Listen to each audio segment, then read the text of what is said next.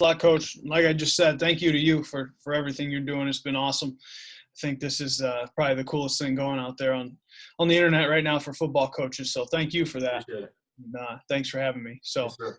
today I'm going to go over some of our pass rush techniques at Illinois Wesleyan. We're a 4-2-5 defense. As a base, we do some 3-3 stack stuff as well and some other different fronts. But mainly I'm going to be talking about the 4-2-5 stuff, our four-man rush techniques. And then at the end, I'm going to get into some of our blitz schemes, some of our five-man pressures, and then a couple coverages that we do with that. So depending on how much time I have at the end, I'll go into some of the coverage stuff. But this was my first season at Illinois Wesleyan, so it was a fun year. We ended up leading the nation in sacks. We had 45 sacks in 10 games, and the guy there sacking the quarterback led the country, Division III in sacks with 16 as a 3 technique. So a lot of it has to do with really good players, and you'll see that on the film here. So I'll kind of get rolling here.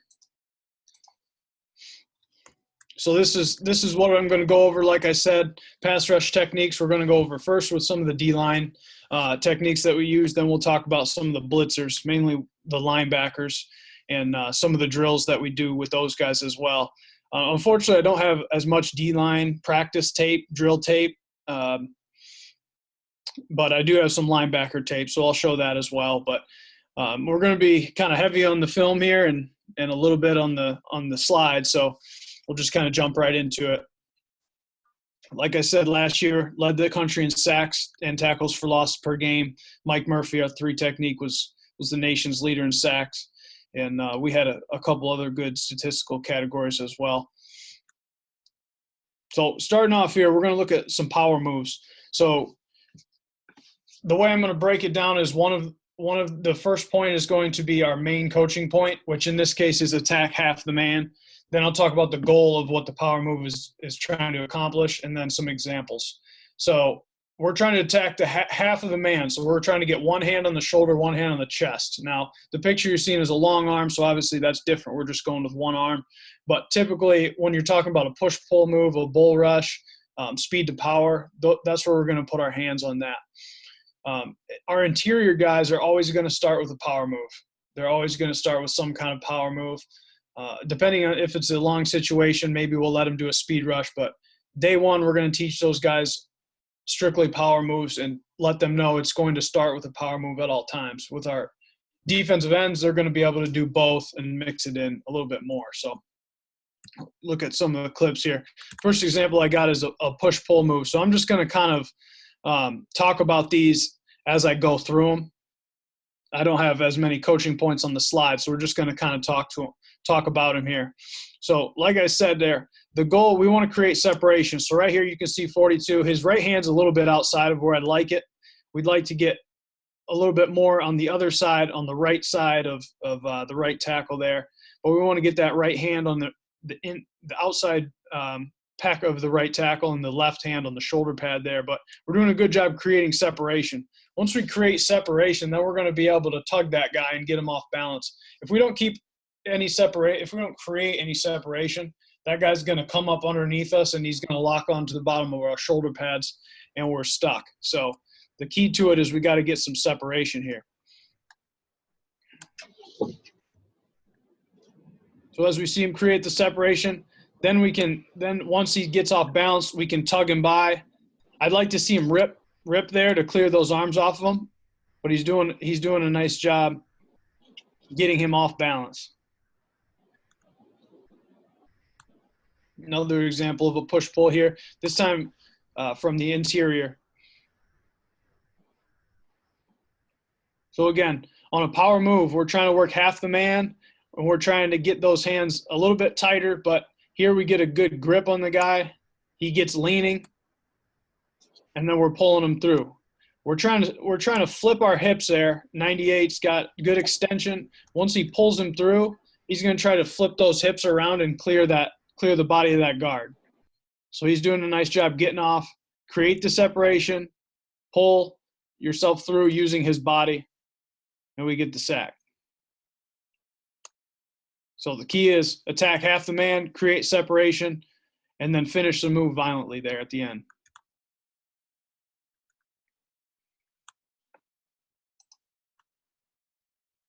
Okay, another example, same guy.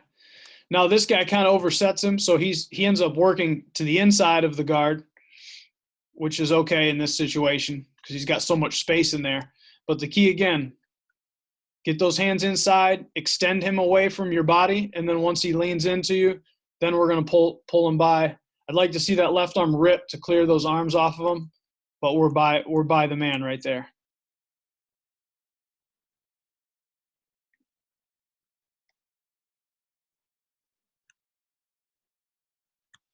Okay, another example here, bull rush. So this guy right here is a bigger guy. He's not very quick. So we're going to work with the bull rush with him quite a bit. The get off's not exactly what I like. He pops right up and kind of starts to shimmy. That's not really in the menu of rush moves for him. But what I do like is he gets his hands inside there and he gets extension on this guy and walks him right back into the quarterback. So he doesn't even end up touching the quarterback, but he does a nice job walking him back. So you can watch him right here. I'll kind of try to slow it down. Again, we get into him, and then we create the separation right there. You can see the separation between the guard and the defensive tackle. From the interior, let's go ahead and push that guy right back into the quarterback and close the pocket. And that's as good as it gets from an interior guy. Even if you don't get the sack and that guy is able to escape, he's totally got to get off of his path. He's not going to be able to keep his eyes downfield. That's going to be a crucial move for our interior guys. Okay, now we're looking at a long arm here on the defensive end. Okay, so again, we're trying to create separation. When he's throwing that long arm, he's trying to get to that outside of his shoulder pad to the pec area right there. So that way he can turn this guy. We want to turn his shoulders right there. We can see the angle 77's on. That's good for us. If we can dip underneath that guy and get going, then we're going to be in good shape. So good hand placement creates the separation. All that guy can do is try to hang on to us, especially if you have long arm DNs. This is a great move. At my previous school, I had a kid that was about 6'3", 180 pounds, but he was phenomenal at the long arm. He would turn his body into the offensive tackle and really extend himself, and those tackles couldn't use their strength because we'd get that hand in there with that guy. The other part is once we get the long arm going, we've got a couple different escape moves that we can use off here. We can just turn the corner like he's going to try to do here. So we're going to continue to just turn this right shoulder this direction and kind of put that guy on a turnstile. The other thing we can do is release the arm. So my right arm stuck into his right pec. I can release the pressure on that arm and then pull my left arm through and come underneath. That's going to be a good one if we get up to quarterback level and then we want to come back underneath. That'll be one we use quite a bit too. But you can see here on this one, he gets the extension, he turns the corner, and then he dips nice and tight around the edge. So once you get to this point, he's got to dip underneath that guy. If he didn't dip, he's going to be able to push his shoulder and run him right up the field. Instead, he ends up running him right into the quarterback. So the dip at the end of the long arm, if you're going speed, is crucial.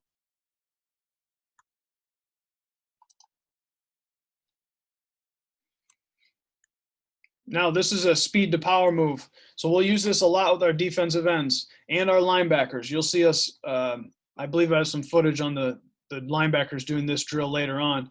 But we're working speed to power now. So we're working speed, speed, speed. We're trying to go around this guy. And then we're going to work up the field, and then we're going to work straight into his chest. So it can be a two-arm bull rush type hand placement, or it can be a long arm. So here you'll see, I think he just goes with the two-arm bull rush. But what we get is the offensive tackle's got bad footwork because he's worried about us running around the edge. We plant that right foot in the ground right there, and now he's going to work on an angle straight into this guy. So instead of trying to bend the edge, we're going to plant and then run straight into that guy and put him back into the quarterback. So that's another one of the power moves that can be really effective against tackles, especially lighter tackles. If you get them, they're really quick, they get out of there real fast, and they're shutting down your speed move. You can plant your foot in the ground and get right into his chest and try to get him off balance. Okay, so same thing here coming out of this linebacker. So especially in practice, this is kind of a good move to use, because instead of just slamming straight into this guy here's 240 and this guy's 185. We kind of like to avoid that collision. So he's going to work a speed to power. So we're not crushing him, but we're kind of pretending like we're going to try to run the edge here, and we're going to plant our foot in the ground, and we're going to go straight through his chest. Even by just knocking that guy back into the quarterback, we're going to upset the rhythm of the pass. Okay, moving on to the next section. Here's the speed moves. So we're looking to knock down or avoid the outside hand or arm. So the key with the power moves is we're trying to engage and then create space. On a speed move, we're trying to work avoidance. Doesn't mean we run around the guy. It means we're trying to knock his arm down and then turn the corner on him. So we're trying to beat him to a spot, turn the corner back towards the quarterback.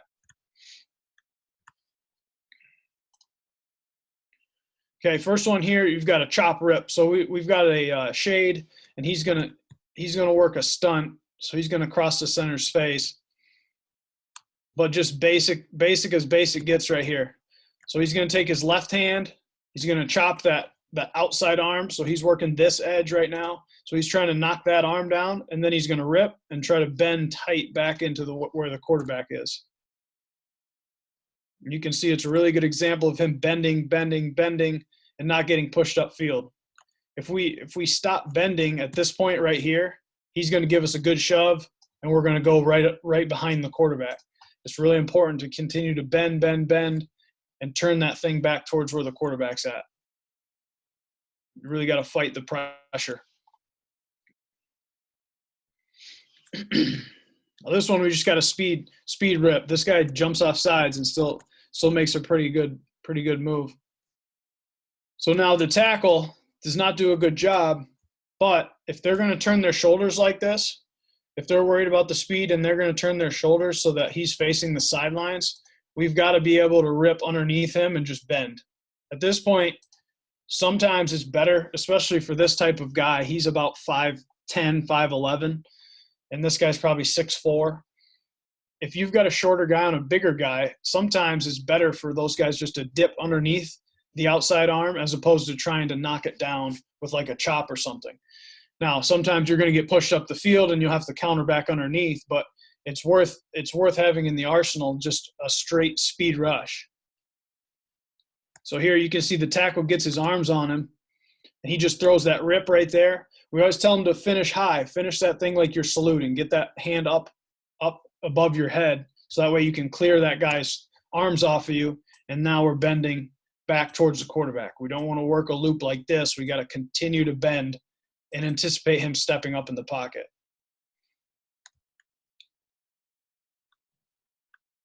We end up getting an interception. Here's a move right here we call the double chop, which I really like teaching to the linebackers. So he's going to come off the ball here, and he's going to be trying to bend the edge, but he's going to shoot both of his hands and aim for that outside arm. So right there, he's going to take both of his arms. He's aiming for this arm right here. We're trying to knock that thing down, and then we're going to bend around the corner. I like this with linebackers, especially against tackles or even against running backs too, because a lot of times they're going to step up. Running backs in particular, they're going to show you their hands right away. If we can knock their hands down, we can run right around the edge. Tackles are usually better with keeping their hands low until you throw your hands. But with running backs, you can really knock those hands down with a double chop. So we're going to use both hands right there. We're going to knock those things down and away from us. So that way we can try to turn that guy's front shoulder this direction, and then we can bend the edge around towards the quarterback.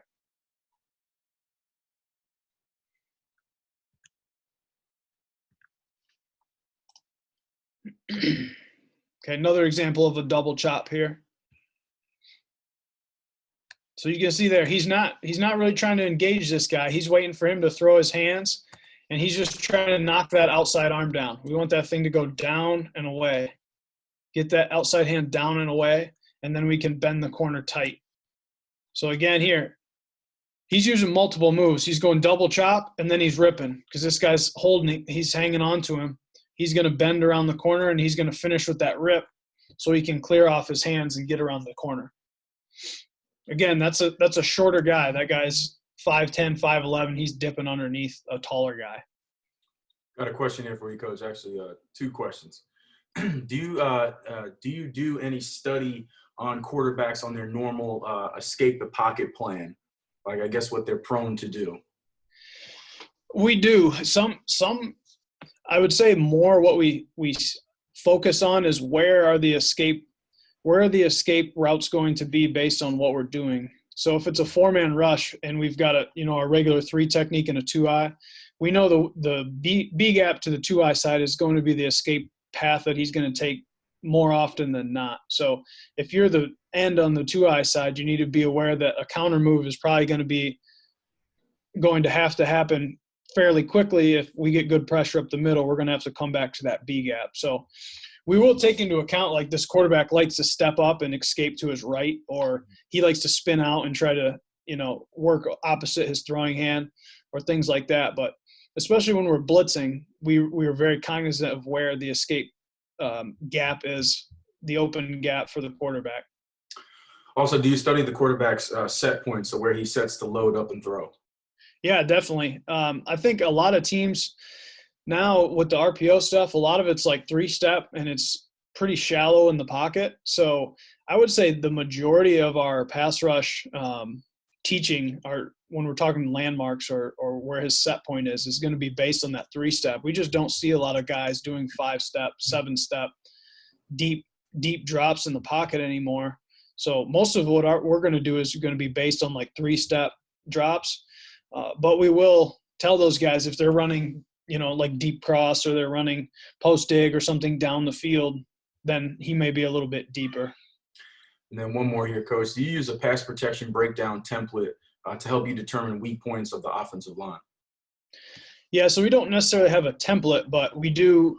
Our defensive line coach is responsible for grading out each of the 5 linemen. So he's going to give me the guys that we think that we can get an advantage on.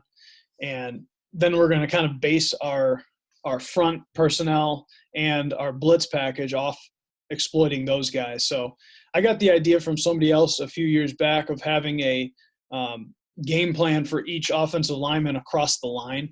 So that's something that we'll have. So we'll have some set plays for each guy. So we want to attack the right tackle, we want to attack the right guard, and so on down the line.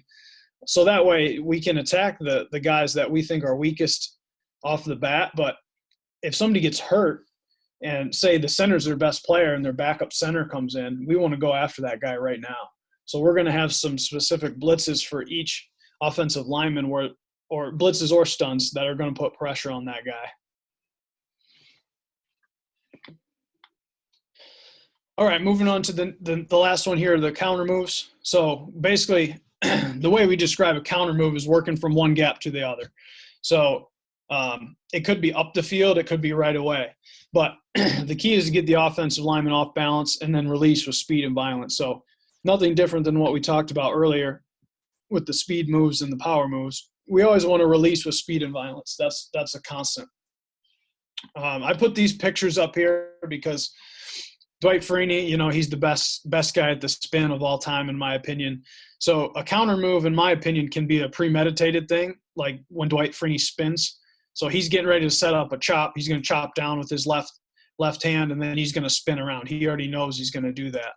Whereas this picture on the other side, I don't know if this is what he's specifically doing on this play, but it's a good example of, we're trying to work a speed rush, and the guy stopped us, or he's got a position where he's going to knock us, push us past the quarterback, and now we're going to spin back underneath, or we're going to club this guy and arm over to get back underneath as a, what most people would call a counter. So I'm going to work the speed move, and then I'm going to counter with an underneath move, like an up and under or a spin move. But we'll lump these together with designated, pass rush moves, like a spin move.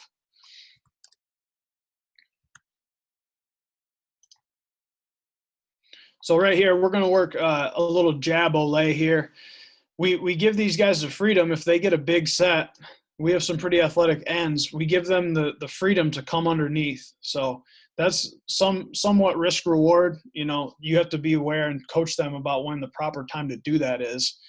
But we will give those guys the freedom. I'm not as concerned with contain as I used to be, because a lot of times if you can get the quarterback to move off his spot, even if he gets rolling around out there, the timing of the play is dead. So at that point, you're just playing street football, which if you can get the offense off their schedule and off their plan, then I think that's an advantage to the defense. So just a little background there. But we're just going to set this up with a hard jab with our left, and then we're going to come underneath. He works a chop with a arm over. We try to call it an arm over, avoid calling it a swim, because those guys like to get that arm up pretty high. Sorry, I'm trying to back up. It's not working. There we go. So get the chop, the arm over, and then we got to release violently off of that thing. We got to finish violently. Another point we're really stressing with our guys here, if we get a play like this, I have no interest in you just putting your shoulder into his rib cage. No interest at all. This needs to be a tomahawk chop down on the football every single time. This has to be an attempted strip every time. If we don't make the sack, I don't care, actually. I really don't care if we take a shot at the ball and we miss it. But this is a chance to get the ball back for our offense. We have to take it every time. So here he does a good job of trying to take that ball away. But that's definitely one thing we're going to work on, is trying to chop at that football. Take the chance every time you get it. This is a good example here. This is our stud guy here. He works 2 jab olays here, actually. So again, he gets the slide away from him. So he's got a lot of space in here, and we allowed him to go either way on our base 4-man rushes. So he's okay to do this. But again, steps hard with the right, club, get that guy moving, and then get your arm over the top. And then he ends up doing the same thing to the running back. Unfortunately, he gets the ball off. But again, this is kind of what I was talking about too. This is 3-step drop. You're talking about set points. This guy, it's just a regular route combination, but he's not getting much depth at all. So that kind of shows you what we're talking about there.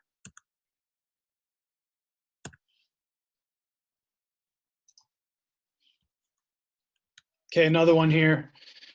And again, if we get these big jump sets like that, we're going to let those guys go underneath.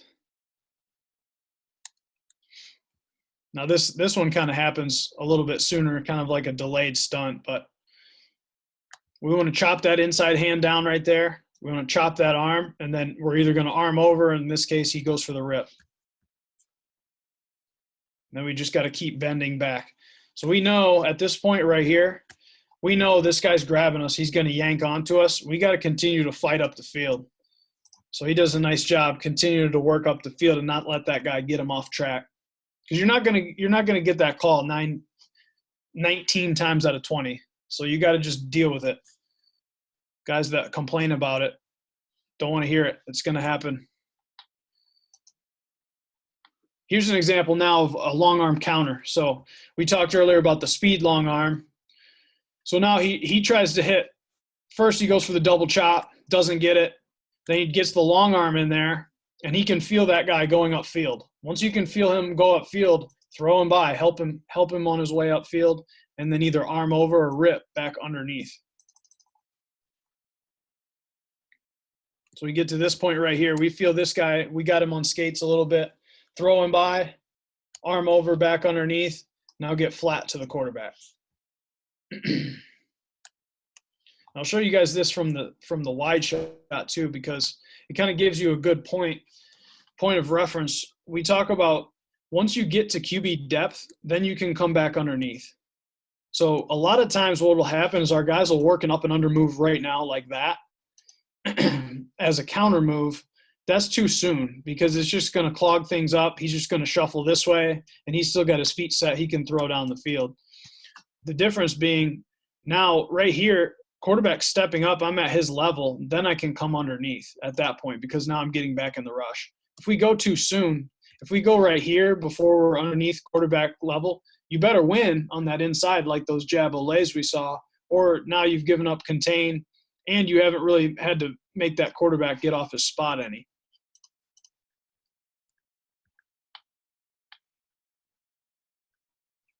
So here's an example of what I was just talking about. So down here on the bottom, looking at number 42, this guy, the near end. So he's trying to work a long arm too. He's not quite at quarterback level, but he knows this guy's going to step up. He's probably not going to just flush right to me. He's anticipating that he's going to step up. So he's throwing that long arm, and then he's getting flat down the line. You see a little bit better from this one maybe.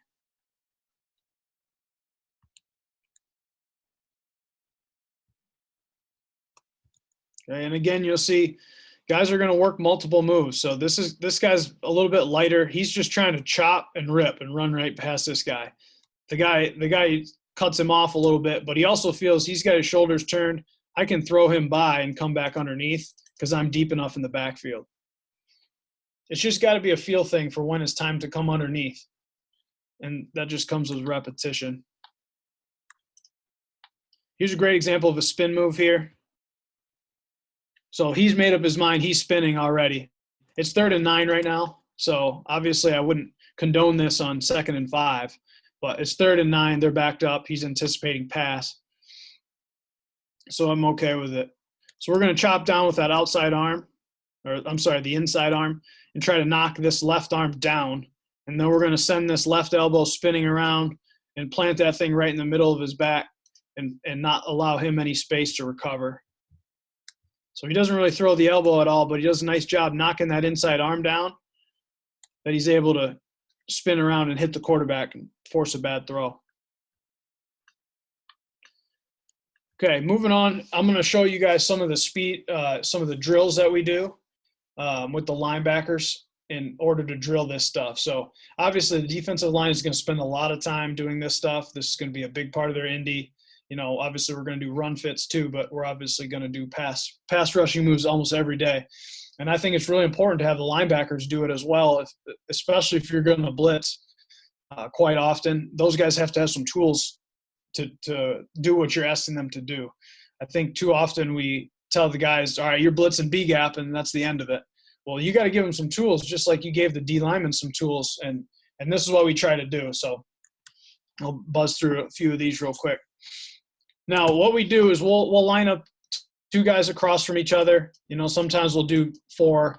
It'll spread them out. So obviously, we're not getting a tremendous look out of our self-service offensive tackle right here. But the point is, we're trying to emphasize the techniques that we're going to use. So what I'm going to do is tell these quote-unquote offensive linemen the type of block I want them to give. So we're working a speed drill. I just want these guys to do some kind of move, whether it's a chop, whether it's a slap with their outside arm and then a rip, or just a speed rip around the corner. I want these offensive tackles to just set and stop. So they're going to set about 1, maybe 2 yards, and we're going to bend the edge. And the reason for that is I want these guys to feel, if you've got the edge, take it. That's always going to be rule number 1. And then we'll progress into this guy's overset you. Now we're going to get hands on him, and we're going to come underneath. We'll just roll through a few of these here. You can see this guy here is doing a nice job. He's got the rip in, and then we want to bend back this direction. You know, I always tell them flat is minimum standard. You know, we want to tell them to get up the field and get flat. That's minimum. We'd like to work back this direction because that's where the quarterback's going to be. He's going to step up in the pocket. So a lot of times what we'll do is we'll get the yardage markers here. So we got the 40 right here. You cannot cross that 40. So it gives them, you know, they've got a visual landmark to force them to bend back inside. So again, it's not a phenomenal look from the offensive lineman. That's not really the point. The point is getting them to feel if they've got the edge, we need to dip our shoulder around that thing and go. And this is a good drill for us because, as you can see, I mean, this is later in the season, but at the start of the year, we've got 18, 20 linebackers, and we can get a lot of guys going at the same time and get them rolling through there. Okay, the next one, we're going to work our spin. So like I said, I'm going to tell these linemen how to do this. So you can see the difference here between this one right here, where these guys are all just kind of stopping right there at 2.5 yards and letting them bend the edge. And this one here on the spin, these guys are going to kick way back. You can see they're all at 5 yards. So that way the blitzer is going to feel this guy's deep. I got to come underneath. I'm gonna run past the quarterback if I continue up the field. So I got to come underneath. So we tell those tackles to get way back, and then we're going to put a long arm into this guy and then spin off of him. Or we can throw a rip in there and then spin off. We can do a lot of different things. So right now we're working the spin as a counter, not as a premeditated move. Linebackers aren't really going to do that unless they're up on the line of scrimmage. So you'll see different guys kind of doing different moves. He's working the rip here, and then he's going to spin around. Some guys will do the long arm and then spin. Okay, sorry. Here's the long arm right here. So same type of deal. We're going to tell the offensive lineman to kick pretty far back. We're going to have that guy throw a long arm in, and then we're going to go right arms and on the long arm, and then left arm is going to come underneath where the quarterback's going to be stepping up. So you can see we're not masters at this technique by any means, but we're working on it because we need to get better at it. So you can tell the difference between these guys and those D linemen I just showed you, because you can tell how tight our arm is in there. We don't want any bend in that elbow when we're long arming. We want to turn our shoulders and get as long as we can and press that guy away from us, elongate our body to create separation. And then we'll work a choice drill. So in this one now, the lineman is either going to set really deep and force them to work a counter move, or he's going to set short and let them run a speed move. So the key to it is we're telling them it's speed until it's not. It's speed until it's not. So sometimes you'll see like this guy here, he's a freshman. He gets a little confused as to what his block is, and he figures it out too late, and then he ends up doing that. But the idea is if you get the ability to run a speed move, you gotta run it. You can tell the difference here between this guy that's running right here. He gets to the edge, and he does not bend whatsoever. He ends up way back here. Versus this guy who's trying to bend back this direction and finish that way. That's more of what it should look like. But the idea is we're going to make them work. We're going to make them think about what they're going to do. The previous ones were premeditated. They're going to do whatever the drill calls for. This one, we're going to make them think on their feet a little bit.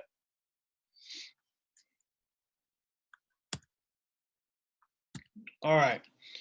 So let's kind of look at some of the drills that we would do with the linebackers, some of the D-line techniques. The next section, I'm going to kind of transition into some of our blitz schemes. So all of these are focused on 5-man pressures. So I've broken it down into bear looks, interior and edge pressures. So let's get into it.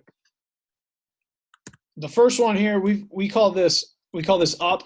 So we're a 4-2-5. So we're going to bump our 2-eye right here out to a 3 technique, and we're going to walk the linebacker up to create the bear front, our remaining linebackers back here. So we've got several different ways that we can get into this 5-3-0, 3-5 look, and we can get the different matchups that we like just by moving the linebackers around. So sometimes we'll reduce it and we'll move everybody down and bring this linebacker up. Sometimes we'll walk him up over the guard. Sometimes we'll do it out of a 3-man front with our stack. So we'll get a look at all of those. The first one here is just a basic, we're just going to send this guy. He's got a 2-way go.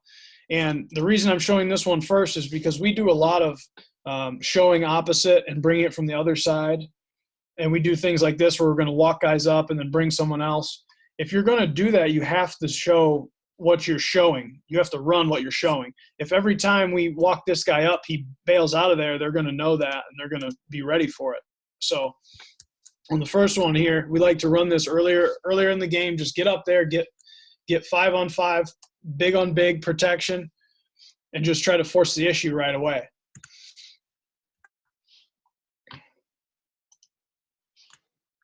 I haven't seen anything other than people checking to big on big or a full slide and putting the running back on the edge. I haven't seen anything other than that yet. So we like to try to get one-on-one matchups by forcing them to go big on big. Like right here, you can see that the Mike, who's walked up over the center, doesn't get a good rush, but there's just a lot of chaos going on up there. We have good coverage and we're able to to stop the passing play there. Now this is the one we like to counter off of this with. We in the same front, we're in the up front, and then we're going to bring that other linebacker. So I'll show it from here a little better. So that center is really tuned in to the guy on his nose. He has to be. He can't ignore that guy. So if we time this up like we do here, we get a nice run through right through the A gap. This linebacker is going to drop out into coverage. These guys have to communicate. So he's got to tell him. Really, this guy has to tell number 5 where he's going. He's dropping out this way because he's going to drop out on the back in this particular play. So this guy has to go this way. Otherwise, you get these guys running into each other, then you're in some trouble. But occupy that center's attention. You run the play a few times where he's blitzed. Now, even though they've got 7 guys in protection, we get a guy cut loose because it's tough when you've got a guy right in your face to keep your eyes on somebody else. It's hard. It should work on paper, but it's harder than that in reality.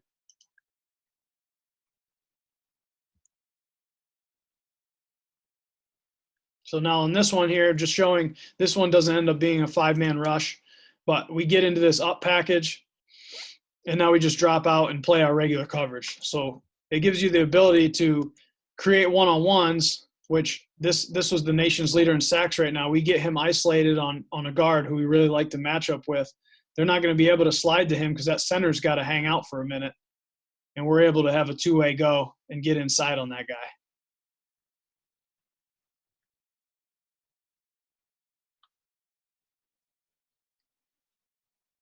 Okay, again, same one here. They're running a little RPO, but we get same concept here. We get that center occupied on the guy that's going to drop out, and we get a good run through. Got a question here, Coach. Yeah. Are you playing these 5-man pressures with a hole dropper and peeling off on the tailback? No, we don't usually peel on the 5-mans. I'll get to that in a minute at the end, but a lot of times the other linebacker will be locked on the running back, so he'll drop out to the running back side and pick him up. Sometimes we'll do zone and he'll drop out to the weak side, but he's most of the time going to drop out and get to the running back.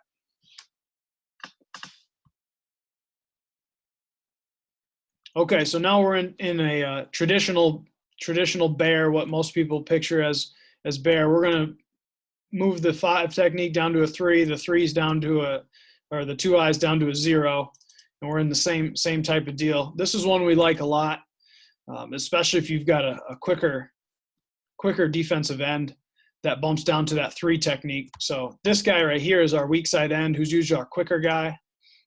We're going to work here, and then he's going to loop to the next available gap, wherever that might be. The key on this one is these 2 guys.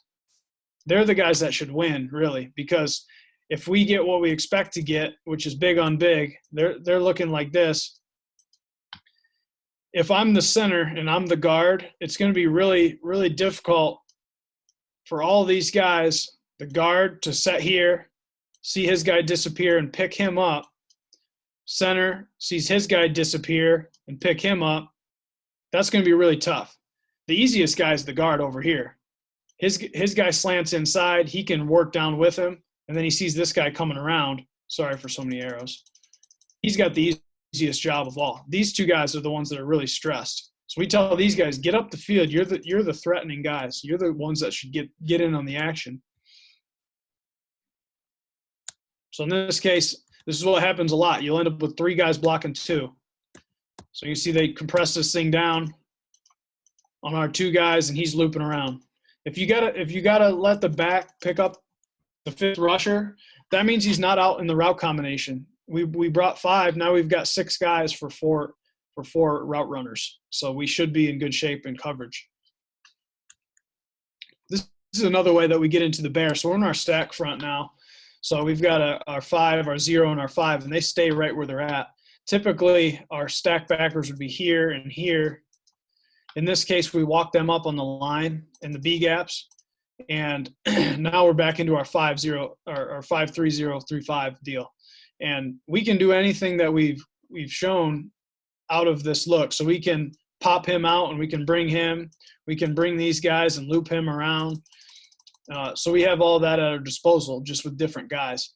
In this case, we had this guy was a pretty mobile quarterback, and we wanted to spy him. So this is kind of a double spy deal here.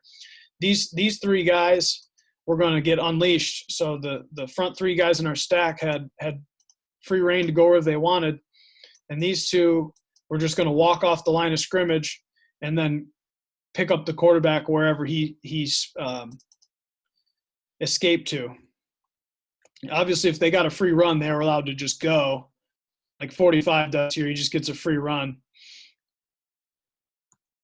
32 is a little too antsy. If their guard's set to him, I wanted them just to stay right at the line of scrimmage and just hang out and mirror the quarterback. So I wanted to get into a double spy type deal, which it takes a little bit of practice, and we didn't practice it quite enough, but it's just another way that you can get into a bear look and utilize the guys that you have. All right, a couple of edge pressures here. So this is one that we liked a lot for run and pass down. So it incorporates a couple of things that we do in our regular stunt game too. So we're going to work a twist here, and then we're going to bring a linebacker off the edge as well. So for these guys, it's not even a new play. They've already run this play as a regular stunt. We're just bringing a linebacker off the edge. It doesn't matter to them at all. We could bring a safety off the edge. It doesn't matter. A corner from the weak side, doesn't matter. So minimal teaching and big carryover. Our blitzer does a good job here keeping contained. He sees the sprint out, and he reroutes himself and gets it out on a wider path to turn that thing back inside. Same play here again. You can see we're walking up. We're moving around quite a bit. We give our guys a lot of freedom to do that as long as they can get to their assignment. So this one right here was not even a called front or anything. So we're in a 6-man front right here. I didn't call this, but they have the freedom to do that. So it makes it difficult on offenses. You have to plan for all this stuff, and we didn't even call it. So you could get these guys can get as creative as they want in terms of where they're moving around. They just have to know the situation. So here again, we get a full slide this direction. So our end who's looping down ends up crossing the center's face even, which is fine because he's an interior rusher. So he's got a two-way go on this guy because we've got an interior rusher here and an edge rusher. So really he's a bonus guy. He can go wherever he needs to go to find space.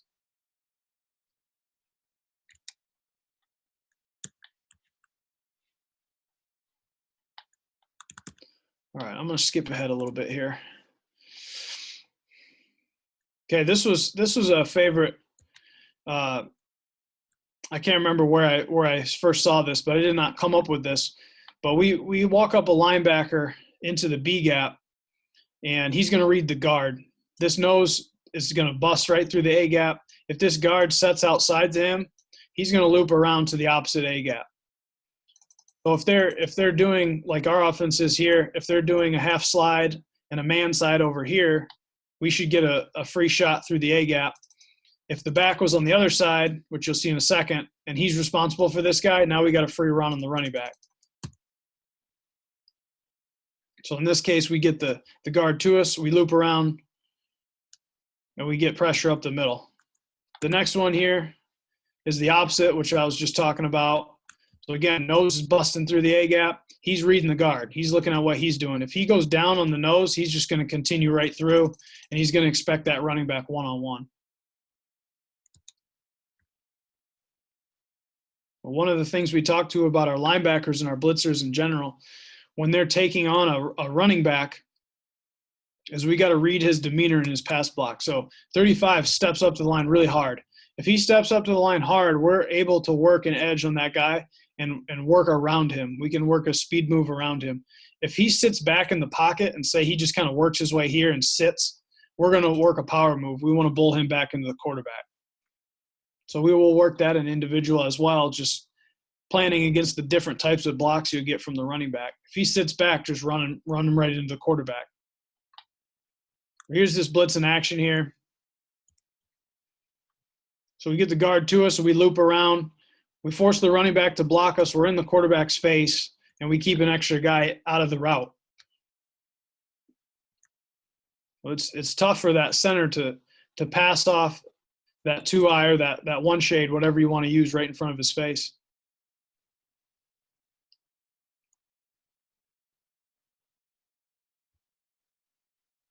So again, guard to him, loops around, ball's out quick. But if this thing's not out quick, we've got a free shot on the quarterback. Just working a little read game.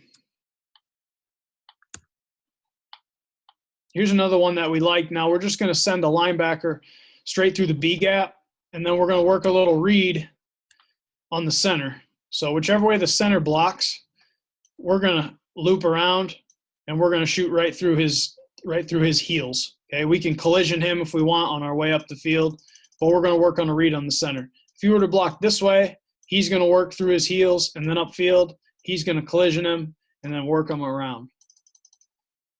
I was at a clinic this winter before it all got canceled, and the defensive line coach from Iowa, Kelvin Bell, had a great term that I loved. He said, "Put him on a tee, put him on a tee." So when this guy blocks, we're going to put him on a tee. We're going to just hang out with him until our buddy can come and wipe him out, and then we're going to loop around. So that's a coaching term that we'll use. Now they end up blitzing here, but you can see how this would work. He steps to him, he works through here, and he comes around. The guy that's going to get through is this guy. And we're also ensuring that we don't get one of these guys pinched by sending the linebacker, because he's got to hang on to him. He's got to be accountable for the linebacker coming through his B gap. Here's another interior pressure that we liked. Again, reading the guard. So we're going to stun away from the blitzer. We're going to read the guard. If he blocks me, I'm out. I'm dropping coverage. If he does not block me, I'm blitzing through my gap. So that way we're going to ensure that we get a one-on-one with the running back here.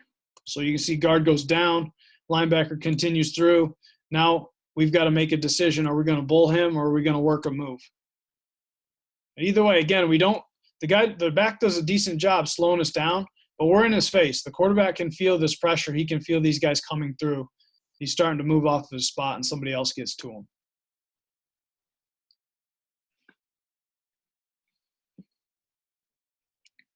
All right, again, we're in our stack here. So this is our base stack look. This is one of our favorite ones here. We're going to step to the B gap, and then we're going to cross the guard's face, and then we're going to bring him through the B gap. So we're going A gap, B gap. He's going opposite. And then we can run a series of coverages behind that, because it's just a 5-man pressure.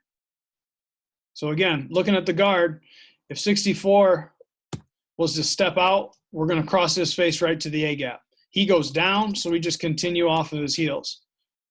We're just trying to give these guys some ways to get to the quarterback faster. A lot of times we tell them, get to the A gap. So he's going to force his way across 64's nose when really he should just come off of his heels. So we're going to try to do what the offense is doing to us and try to read it a little bit. All right, the last part, I'm going to go over one of our 5-man pressure coverages that we like. And basically what we're going to get is we're going to split this field in half right here. And we're going to run whatever pressure we're running. We're going to run 2 read up here, palms, whatever you want to call it. And then we're going to run man down here. So we've split the field in half. Whichever one of these linebackers is going, and then the other one has got the back. So we've got, say he's the non-blitzer. We've got 1, 2, 3 man players, and then we've got 3 players that are in zone or pattern matching coverage. Well, this was our favorite one last year. It's simple. It's easy. We already run 2 read, so it's easy for us to use this because we already know it and we already play it. So essentially what we're doing here is our Sam linebacker, our rover as we call him, he's going to wall number 2. He's carrying him up the seam. If he does not break inside, he's going to work to about 10 or 12, and he's looking for 1 to come in just like he does right here. 1's in, He's going to collision him. He's going to leave him and break on that ball. The corner, just regular 2-read rules. If 2's out, he's got him. If not, he's locked on number 1. If 2 were to go underneath, the rover's going to go ahead and take him all the way across. And, of course, we're on man on the other side.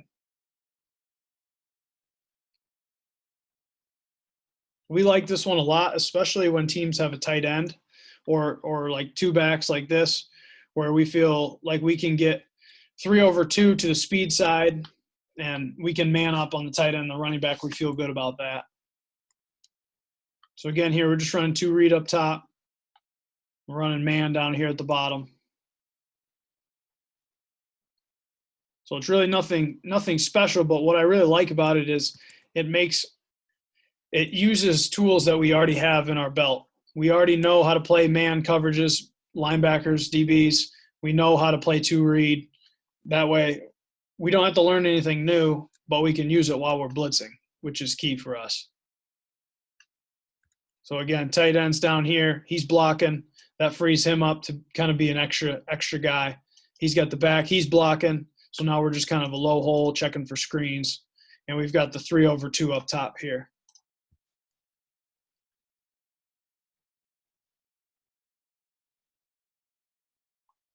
Okay, and then the last part is just one of the trips coverages that we like. This is basically going to be, if you guys talk to Saban terms, this is special. So we're going to lock on number 1 on both sides, and then we're going to do 2-read on these guys. Now we're just going to use our rover as the corner.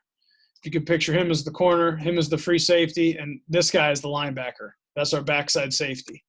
So those guys are going to be running 2-read on these 2 guys here. We're locked on this guy. We're locked on this guy. So it's still same idea. We've got 3 man players and we got 3 match players. We've just got to get the quote unquote linebacker. He's got to come across the formation quickly to get into that seam. So once the play develops, you can kind of see it. Here's your inside guy. Here's your corner. Here's your safety. So we're basically into the same situation as before. We got that 3/2. Now we're just doing it on the 2 slot receivers instead of on the twins. And again, this is a coverage that we run a lot, so it's not anything really new for these guys. So again, here it's just a 3/2. 1, 2, 3/2.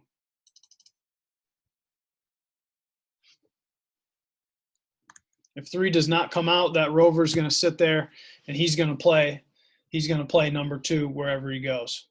So, Coach, that's all I got for you guys. Hopefully you were able to take something from it. If you guys want to get a hold of me, my email's right there, my Twitter's there, and my cell's there. I can share with you guys this presentation, or if you want to talk ideas, I'm more than happy to do that.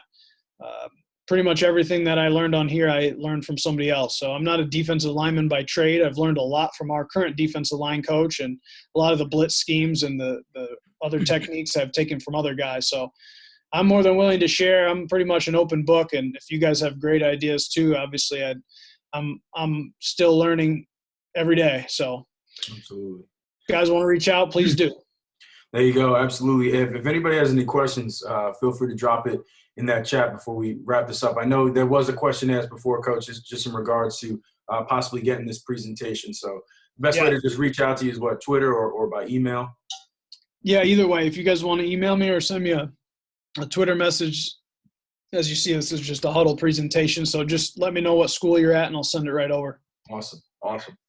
Anybody with some last minute questions for Coach? Definitely appreciate him jumping on here, man, giving us a great presentation. Obviously, like I said, the Twitter handle and his contact information is there. If anybody wants to follow up with him after this, and for whatever, in regards to this or talking ball, I think that's what you want to do, is make sure you're staying sharp and reaching out to these guys who are willing to give up some of their time, which is good. So, if anybody has any questions, drop it in. If not, there's his contact information, and follow up on them at a later time. And I'll take this time to just thank Coach Caserta for jumping on with us, man, and doing a great job. Appreciate that. Absolutely. Thanks a lot. Keep Yes, it up. sir. Keep up Yes, the good sir. work. Appreciate that, man. Guys, we're